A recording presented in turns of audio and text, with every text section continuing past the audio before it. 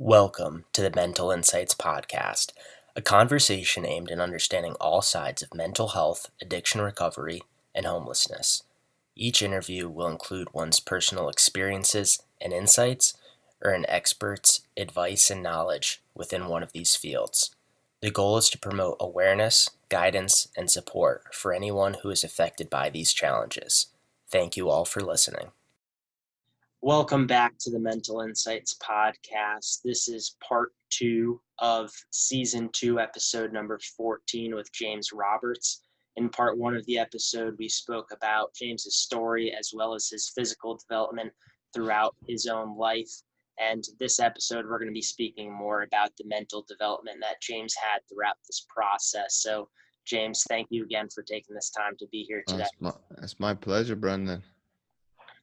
To really get into the nuts and bolts of this, we did speak about some of the mindset that you had throughout this development of you looking towards your goals of trying to represent your country, of trying to represent yourself in a positive manner. But throughout the challenges that did come into place of your life physically, let's bring into that mentally of kind of what challenges did arise as you were developing even throughout high school into your life as you're going towards your goals of representing your country. What kind of mental challenges came into place as you were trying to set yourself up and facing this difficult challenge of being an amputee, yet still trying to reach and fulfill these goals of trying to represent yourself and your country? I think you raised a good question there, Brian. In terms of the high school, we'll call it era, and I think everybody has their own struggles at that time in their life. I think for me, and we did talk about this briefly off air in terms of insecurities that an amputee or somebody that has a disability might per se have. And I think everybody to a certain degree has insecurities with themselves. I think for me, and I don't talk about this that often, I had an insecurity of my appearance, which is a little bit irrational when people think about it, for me, and my positive outlook on life now. But I think what we now, 20 years ago, I had this insecurity for whatever reason, I don't know why, of not wanting to show off my prosthetic leg in a classroom setting. But so be it, I was quite sporty, so I would at that time I was swimming, so high school swimmer, no problem whatsoever in that arena, on show. Physical education, PE classes, shorts, no problem. But you take me out of those arenas of sport, I became uncomfortable in sense in my own skin, as I thought I was going to be judged, stared at, pointed at, and these are probably thoughts that I'm not necessarily portraying outwards, but I'm thinking that they're going to come back on me, and it's a kind of an illusion as to what are people going to say, whereas those individuals are virtually the same, be it a lot of the people I knew in high school were in the swim team. Obviously, a lot of people. Well, to give the context to the ones that aren't American, it's mandatory for at least a year in high school. So somebody in that peer group would have done at least 1 year of physical education, so they would have seen me in short. So it's kind of, I'm putting that self-doubt into my mind where it doesn't really exist. I'm thinking that people are going to pass judgment on me when, okay, maybe 1%, maybe a little bit more, they might have had questions, they don't know how to approach you, and things like that. Whereas I was magnifying it to think, well, all the cohort's going to think like that, whereas that's never the case. And I think obviously the mind is a very powerful thing. So we kind of go from what is a thought to then becomes an emotion, feeling, and a belief. And ultimately, my mind was probably pretty close between a feeling and a belief. It's like, well, I perceive that people are going to judge me in a certain way because I am, quote unquote, not like everybody else, or not normal in the case of the word. and was trying to put in predisposed ideas and beliefs from what I thought was other people's opinions of me, whereas it was probably me putting them outwards and then putting them back. But I think I got over that because ultimately, I think this is probably about this time of the year, maybe a little bit slightly early, springtime, summertime. I thought to myself, I'm overheating here, either in jeans, sweats, anything long clothing. Who is this affecting? Is it affecting everybody else, or is it affecting me, overheating, sweating, being in a little bit of discomfort? And do you have and I think ultimately I thought to myself, do I have a problem with that? Yeah. What are you going to do about it? Who can actually affect that change? Ultimately, that's me. And I thought from that day on in, I think maybe people my own age, slightly older, most have known me for a long, long time. It was the younger kids. And I think maybe because you don't want to answer those particularly difficult questions, is maybe was the actual underlying issue that I had. So if I hide it away, I don't have to deal with questions that I necessarily maybe don't know how to answer, don't know what the reaction is going to be, and ultimately it gives me control. Whereas if I go the other way where I went to, it's like, well, now we go 20 years on from that situation. People are still apprehensive of asking questions, but my answer is probably internally or externally, occasionally when I do bring it up, I don't care, because if it's not a deep, concentrated question like you've asked, I don't need to think about it. It'd be bang, here's your answer, because I've heard it over and over again, time and time again, that here's your answer. It was difficult for you to ask, wasn't difficult for me to answer. And I think it does take to get to those underlying beliefs and go deep rooted. I think that's probably why I probably excel as a coach, because I'll weed through the BS from an amputee perspective. It's like, oh, you're saying that what, for example, we utilize the one that comes up not that often, but it does come up. Oh, I can only train in a certain way, be with my leg. That's not true. You can train, but you've got more arse within your arsenal than an able-bodied person. You take that leg off. There you go. The exercise becomes either easier or harder if you've never done it before. For me, I think somebody asks, how do you do a plank? It's like, it doesn't matter. I can do it on or off. Depends how I feel.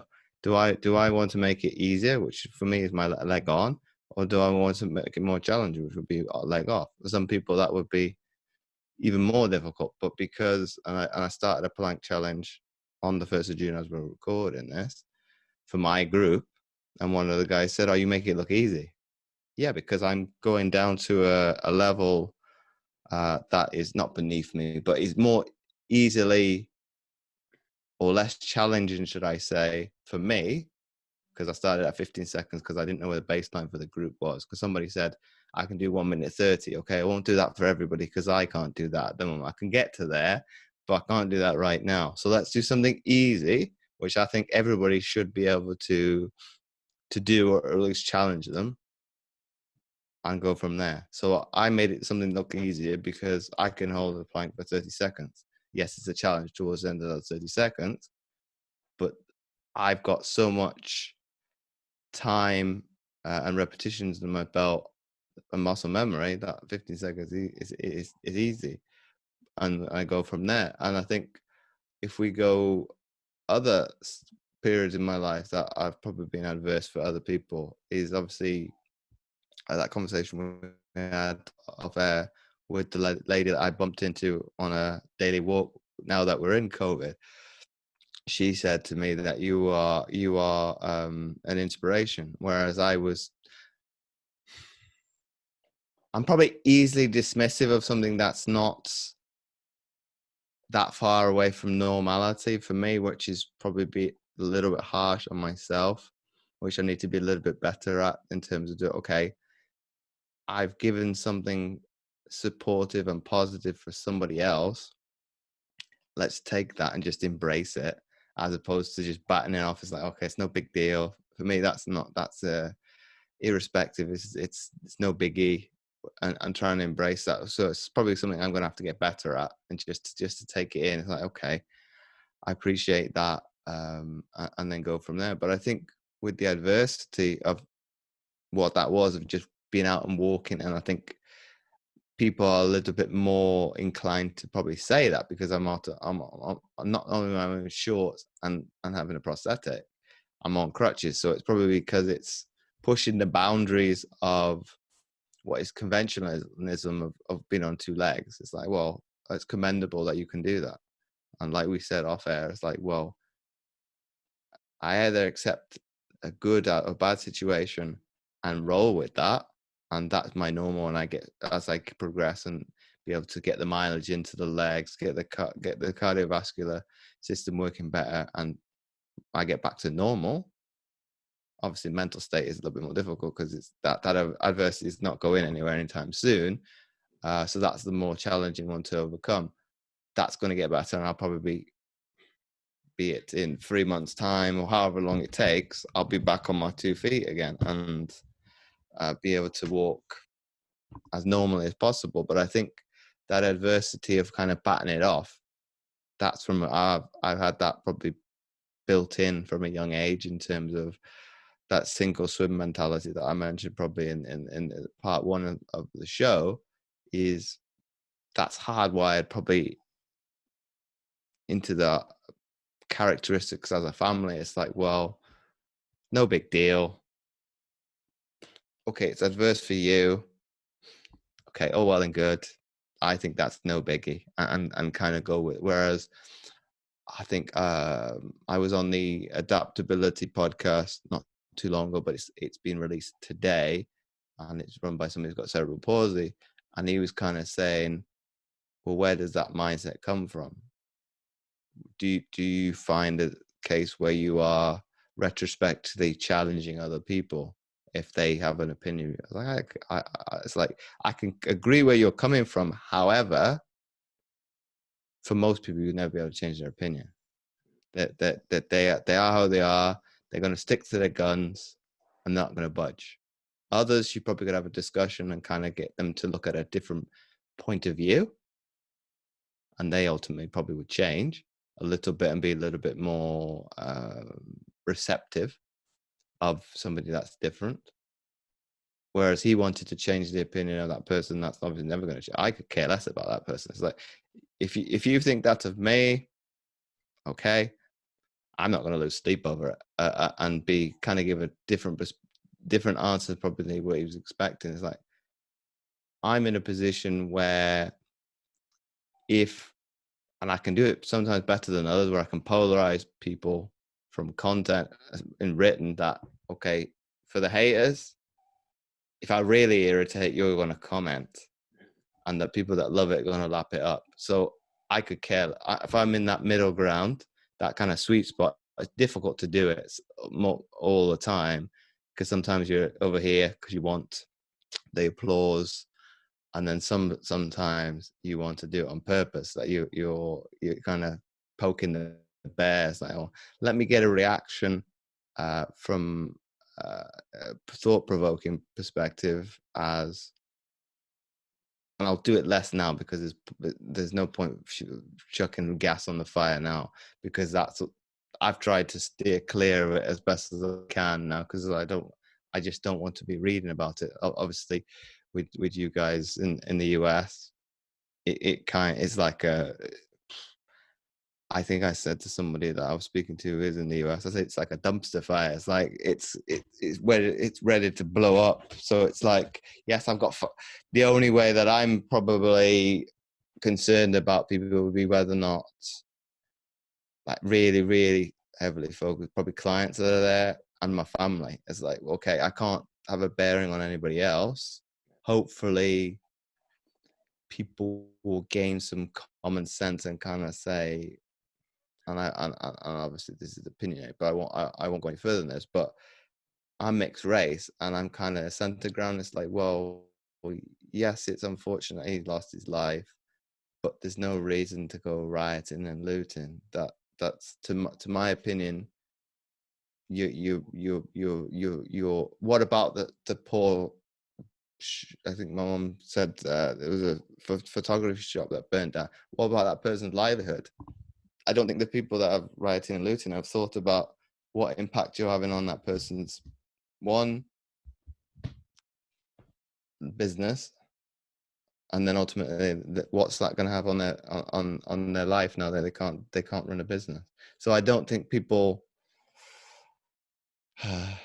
stop and think and smell the roses across the board. I think we've got more time to be able to do that than ever, but I think people are a little bit more incensed that being stuck at home is an imprisonment. It's not. I've probably gone full circle where at the beginning of lockdown, I wanted nothing but to be able to do sport, to, okay, I'm a little bit happier than it.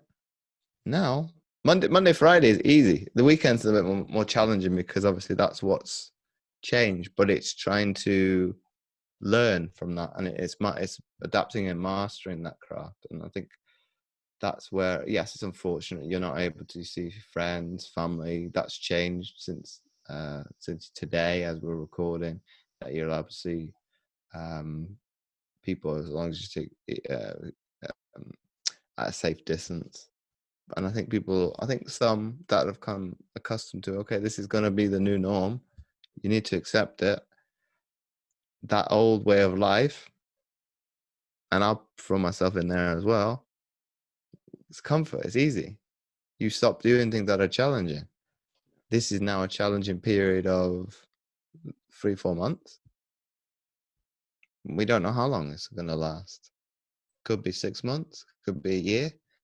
Could be forever. But ultimately, the forever bit, I probably don't want to wrap my head around just yet. But it's an eventuality that you're going to have to get used to. It's that could be that you sports is trying to go back to normal, but the certain aspects do need to change within society. But that obviously looks that you've got to look at yourself to be able to do that, and that's difficult. Absolutely. And, through this time frame, it certainly shows throughout a lot of what you're talking about. I believe the mental toughness, the, sense of acceptance that you have is certainly, what we spoke about even in part one is above the norm of, some people. You have, this ingrained into your system of being able to say, all right, this is what it is. Let's move forward. And it's shown in terms of the way you've been able to meet goals, and in terms of the way you've been able to inspire other people. There's many different avenues in which this is shown into case of how you've been able to been, someone to be of the forefront. Because for many people that you've met, they don't really have that sense of acceptance or ability to look within themselves, as you are saying. And for other aspects, the actionable steps can be a sense of where some people can look forward to make some sort of change within their life, rather than the opportunity to, improve their mental toughness at first. And for yourself, as you were going throughout, this time frame that we are speaking about, even up to today, what kind of lifestyle changes, what actionable steps have you been able to make to, overcome these mental challenges that have been in place? What has helped you to just continue throughout some of these challenges that do come into place within, your own mental side of, these life challenges that come in every day? What lifestyle changes, what kind of just everyday actions help you to continue to move forward within your everyday? I think that's another great question, Brendan. I think with me per se, it's obviously doing things of this, like, everybody's going on, be it Zoom, Microsoft, I'm going to call it Office, Microsoft Teams, or something of the like, to be able to communicate with their friends, family, and to instill some sort of normality. And I think obviously I've gone above and beyond that to obviously create new connections, obviously speak to new people, challenging the boundaries, like of a learning process, to be able to, okay, I've read this particular article, this particular bit of content from somebody, be it on Facebook, Instagram, LinkedIn, and kind of say, okay, I find that fascinating. Would you mind obviously sharing that with my audience, sharing it, going in a little bit more depth, and kind of obviously expanding that knowledge process? And obviously that's going outside of my comfort zone to a certain extent, because it's like you're going into uncharted territory to speak to people on certain topics. Of, I've still not done it, but I'm going to obviously, once we come off this, I'm going to touch base with them again, because it's to do with what's the topic in terms of brain plasticity, and looking at what impact that sleep has, eating, all sorts of things in terms of that for everybody, especially probably even athletes, is like, well, it can probably, that's like that 1% marginal gains, maybe for everybody at Joe Blogs in the streets, probably even more. That's fascinating. It's like, okay, it's something that I didn't know, and I'll divulge some of that from what I remember from the content of, if you go the other way with poor sleep hygiene, diet, exercise, or not doing exercise, can actually have a cognitive effect on your brain. So obviously people are putting in importance on their exercise now, because it's one of the freedoms that they have. So it's like, well, I'm going to maximize that for both my physical well-being that they probably think, obviously the ones that are shielding and things like that, they're doing it more for their mental well-being, because they're being told they have to stay indoors for a lot longer than everybody else. So that's like, well, I need to go out so I can have a little bit more pleasant experience and have those other sensory things actually happening with me, be it, smell, touch.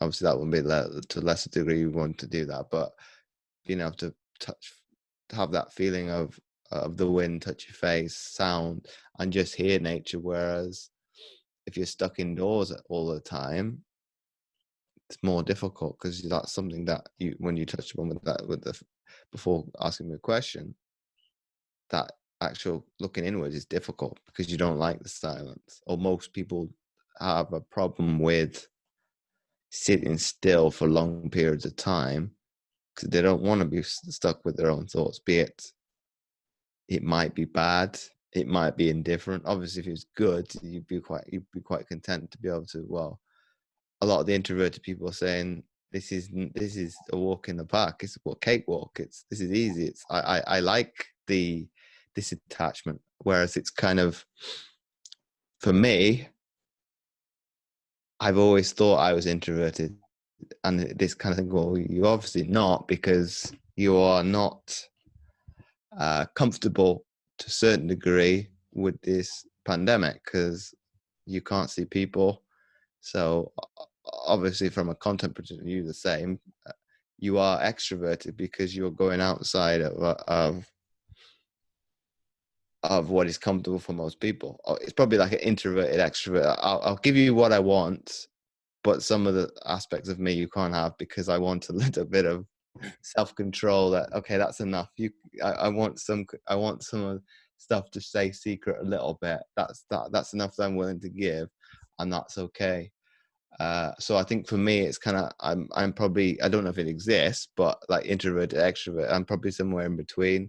That I like the external rewards that it brings of praise, reward, and things like that. But I also can find it in myself to well, I don't need that. I don't need your approval. I don't need your love. I don't care about your judgment that you like me or you don't. Ultimately, and it's a difficult thing to be able to do, is have that disconnect, because we are probably kind of in a sheep mentality a lot of the time, that I need to be able to get my dopamine hit from, be it how many likes I get, how many, what is a like on Instagram, but it's a different way. How many retweets, how many shares I get. It's like, well, ultimately that's not real love, because the only people that really love you are your family and yourself. And like I was saying earlier, me to disown somebody's compliment and kind of, well, okay, that's no big deal, like squashing it down, isn't the greatest thing that I can do, because it's making, well, okay, this positive thing that somebody has attributed to me, I could use, I could anchor myself to, I could ground myself. Obviously, it's maybe because maybe because it's maybe so small that it's like, well, it's not really going to do anything for me. I need something a little bit bigger. But I think I had a conversation on my podcast last week. Somebody made me laugh or made me smile. I had a bad day. I just remembered, okay, that happy moment in time, and I had a great night's sleep. So it's that seems so insignificant, but it can have a massive impact on your mental behavior, your mental wellness. As if you don't have that, it's very difficult, because obviously from an outside perspective, be it client, somebody I'm consulting, they don't perceive the language or behavior that they're exhibiting on themselves. I can, and now obviously that you're put into question as well. Well, why do you think that a certain way? Well, what this moment where you're at now is whatever you've told me is based on something that happened in early childhood, early maybe preteen. So this is the issue that we need to kind of get you over. This is the result of all that. So I think people don't see the actual connection between the two, being behavior around food, and you'd actually dissect and actually go into it, which is very, and you probably to a certain extent would do when you interview people, when you get that energy exchange, if it's very low, you either have a tendency that if you're higher than me, I go up to and meet your level of emotion, or I drag you down. And obviously the person that I had on, Joshua Alexander, who's a physio, he kind of said, if I'm at a 10, there's no way anybody else will bring me down to a 5, 6, let alone a 2. So he kind of said, okay, that's something I have to learn to become better at, because you do have a tendency to suck in that energy. Okay, if somebody's a bit low, okay, do I go and meet them there? Whereas I think he kind of put me to start thinking, no, they need to come up to my level, because I want to stay in this happier place. I don't mind going down maybe 8, 9, because nobody can be at a 10 all the time, but I don't want to go to 5 or a 6. I don't want to feel mediocre. It's okay to make best of that situation if that's the best I can do on that day, but I don't want to go any lower than that. It certainly shows, how there is this disconnect between when you're in person with people, when you're online, and, how to conduct yourself, as you're saying, and how people can have that effect on you. And I think, the big thing is how we're able to really conduct ourselves in person, and then as well try to carry that throughout online measures. Like, as you're saying, there's a big change in terms of how people do connect online. And, as you're saying, likes, shares, retweets, a lot of people hold themselves accountable in that regard, yet it's different in person. And there's a lot of different ways in which people conduct themselves via in person, via online, and that can cause a lot of troubles. As we did say earlier as well, some people are improving their lifestyle as they are at home during this pandemic, but as we said, when they go back to their kind of normal day routine, it might all change. They might not continue to focus on their nutrition or their exercise. And that really poses a big problem as to why are you doing this now? And like, why aren't you treating people the way you want to be treated as well? Why aren't you doing it online as you are in person? And for, some people who are in this, transitional phase of, none of us have really experienced this before, have been in this position. What actionable steps could someone take to, prepare themselves to continue these routines and these, lifestyle attributions that they want to continue in their life? Like, how can someone learn how they are conducting themselves now, whether it's good or whether it's to change for the better as these things continue to move on? How can people set up their mindset, set up themselves to, want to continue down, the road that they need to be, whether it's, continuing the right nutrition, exercise, or whether it's just the way that they connect with people via online or in person? I think ultimately, Brendan, it's how, and you mentioned that, it's how do you want to be treated? How do you want to feel? Not necessarily short term. Be it you mentioned nutrition. I posed a question to somebody because they're working as a teacher, and they said by the time I get home from work, but obviously now that that's from home and they're doing it remotely, they feel drained and exhausted. That's the last thing they want to do, is be able to cook a meal, even though they can cook. But you need to bring some element of joy into your lifestyle or life that you enjoy. Obviously, for me, I have more, I think because I've been able to, be it for school or hobbies, or the obviously I'm not even doing some pastime that I enjoy. I'm not my only form of exercise now is walking, but that brings me great joy. So it's finding whatever that is. It could be writing, it could be playing an instrument. If you want to be doing exercise at home, it's finding that whatever's not going to be a burden. It's not going to be a grind on you long term, because people don't like exercise. That's fair. That's fair. That's fine. Find something that you enjoy instead. Be it, if you're able to do it, obviously in the long run, hiking.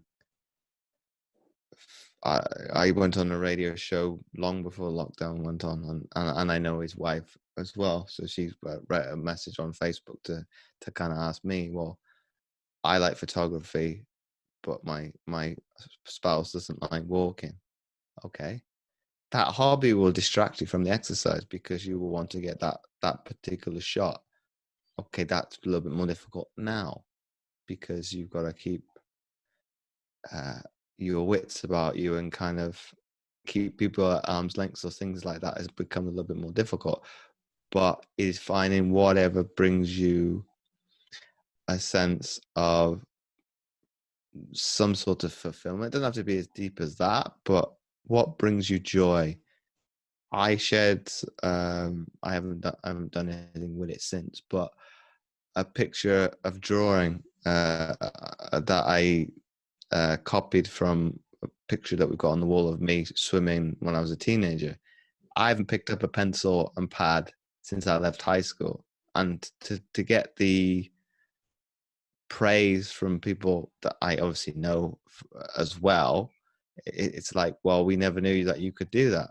Well, it's something that I've never shared. People that there's less and less people on my social media from my days in school because they're not interacting with business stuff, so it doesn't work. So people that went to school with me would know that I did art, I think all throughout high school. So would know I have that attribute in my locker. So they would know that, okay, he's very skilled in another form of artistry. Instrument. I could play an instrument when I was younger. I started to relearn that a couple of weeks ago. I've stopped doing it, but I was able to go through, I think it was about 30 lessons in a day, which would probably taken probably about, we'll say 15 weeks on average when I was 11, 12 years old to do. So the actual cognitive remembrance that I have of being able to do tasks that I haven't done for, guitar is 20 years, art would be 15. What else have I done? I've stopped doing it a little bit, but I'll take it back up. I was relearning Spanish, and I haven't done that since high school. And it's just to be able to, I need to look long term, because that would be a business attribute, to be able to have a conversation with people in Spain, South America, and be able to, obviously got to think way outside the box in terms of being able to go beyond the basic stuff of having conversation to make it relatable to fitness. That stuff's going to be more of a challenge. And then that's that attribute in itself, because I'm fortunate because of where I lived in Europe, been in Belgium, French is, like, speaking is still almost second nature, but actually trying to type to people. And I did it the other day because I asked them what I was curious as to why you added me. So I was like, instead of asking you in English, I'll ask you in French. And then obviously I can start a conversation that way.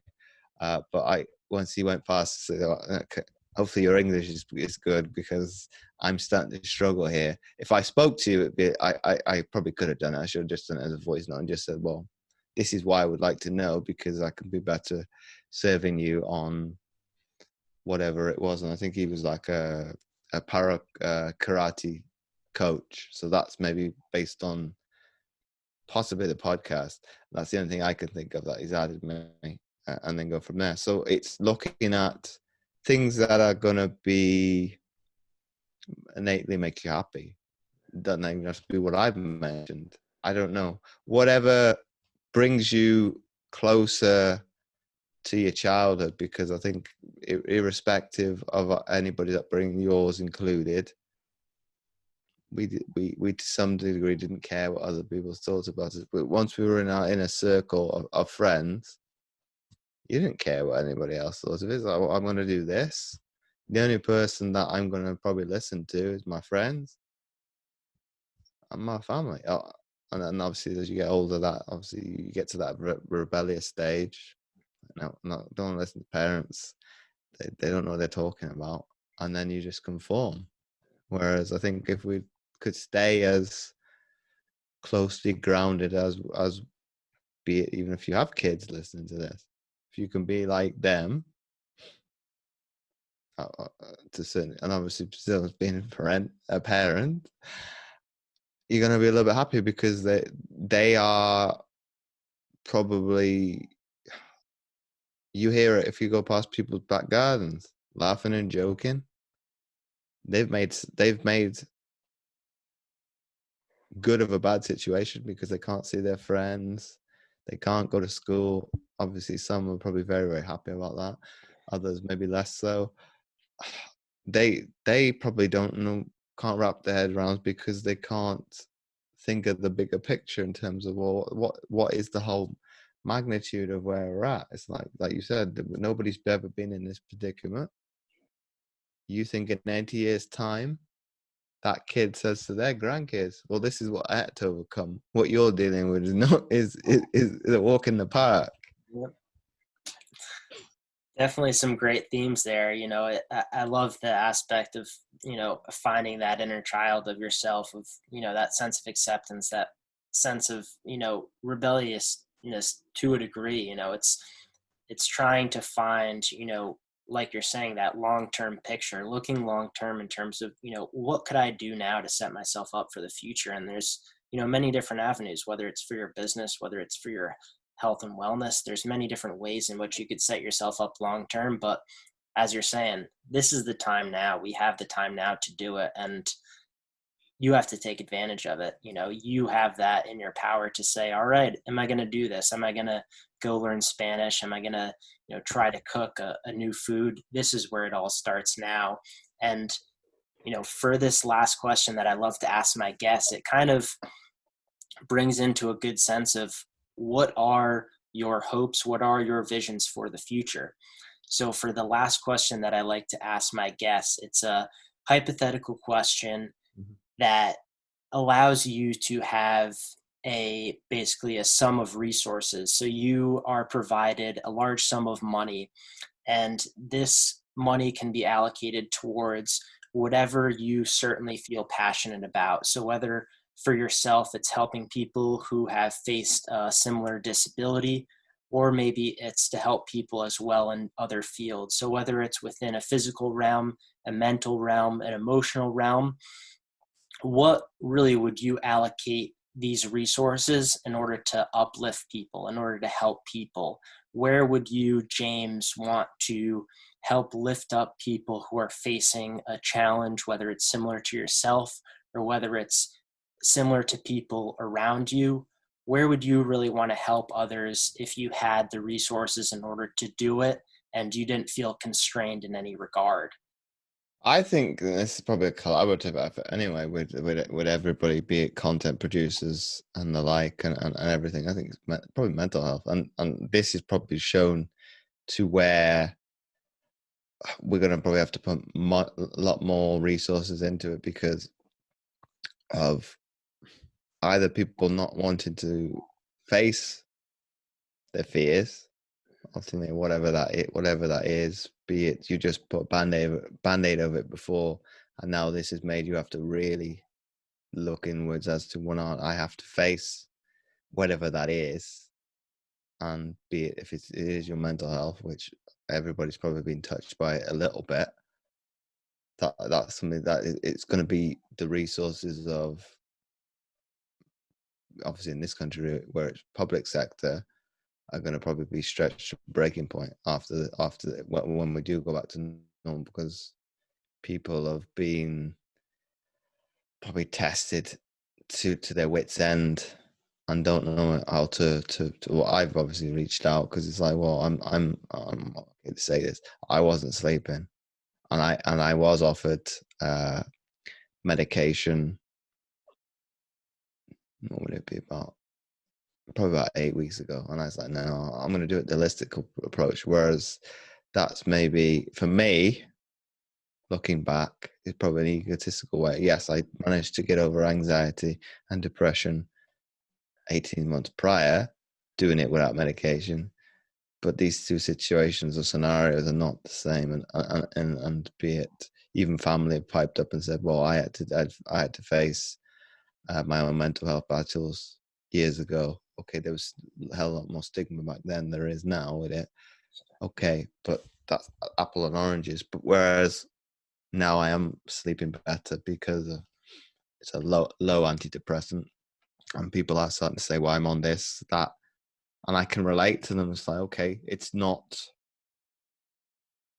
I'm sure as hell not going to stigmatize you, because that would be, I can't, because it's, I'd be very hypocritical. It's like, well, I'm taking medication, so I need to, what gives me the right to judge somebody else? Whereas I think speaking to other people where they say, well, should I or shouldn't I tell my employer that I'm on it, based on the stigma that's still ever present in that industry, I would say do it. But if you don't feel that you're going to be held up to the same standard as somebody else, you've got to do what's best for you. But I think ultimately we've got to be a little bit more inclined to probably look at the shoe being on the other foot, whereas the individual, be it, for argument's sake, getting irritated with somebody in traffic, where we start to go back to normal. Instead of you getting frustrated on that person that might have cut you up, maybe think of, well, what was going through their mind or wasn't going through their mind at that particular moment. Did they have somebody, just as an example, mother or father in hospital that trying to overcome a fatal ailment, obviously not COVID, but be it cancer or something that's can be terminal. They're not thinking of in this moment. They're thinking, well, is today going to be the last day, I guess? Whereas I think if we're better inclined to be able to do that and think before we act, be it emotionally, retaliatory, or kind of on instinct that, oh, I need to get the last word in, I think it'll be a better place. But whether or not that's going to happen, I have to wait and see. Wonderfully said, James. I definitely appreciate it. And, thank you for taking this time to be out on the Mental Insights podcast. You brought up, many different great themes in terms of what people can see of what you have faced and probably what they face similarly and what they can do in order to, uplift themselves and set actionable goals to make changes within their life. So thank you for taking this time out to be with me today. It's been my absolute pleasure. And for anybody who wants to hear more from James, connect with him. You can look below in the show notes for his website, for other podcasts that he's been on, as well as his social media, his contact information to get in touch. And if you haven't listened to the first episode, please be sure to tune in to hear more about James's story, as well as the personal development that he has taken into a place in his life today. So thank you all again for listening to the Mental Insights podcast. This was season 2, episode number 14 with James Roberts. And please be sure to let us know what you guys think below in the comments and let us know what you'd like to hear more in the future episodes. So thank you all. This was your host, Brendan Cutuli. Thank you all for listening to today's episode of the Mental Insights podcast. Make sure to reach out to today's guest or myself if you need any advice, guidance, or support in your life today. Please be sure to like, subscribe, and review to this podcast so we know what you thought of this episode. I look forward to being in touch with you all in the next episode. I hope you all have a wonderful day.